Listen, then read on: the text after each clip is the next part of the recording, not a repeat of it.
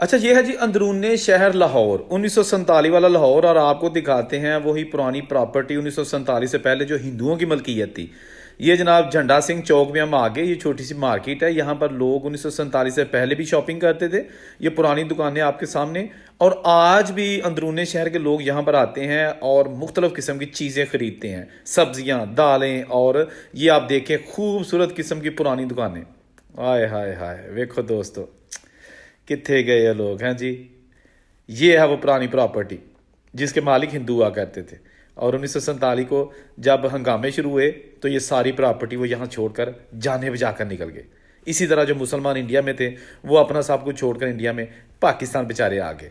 तो आम आदमी, आम लोग बहुत जुल्म का शिकार हुए। अंदरूनी शहर के आपको मनाजर दिखाए जा रहे हैं। वैसे मैंने इसकी मुकम्मल तफसीली वीडियो भी ऑलरेडी अपने यूट्यूब चैनल पर अपलोड की है। अगर आपने देखनी है तो कमेंट में बताएं।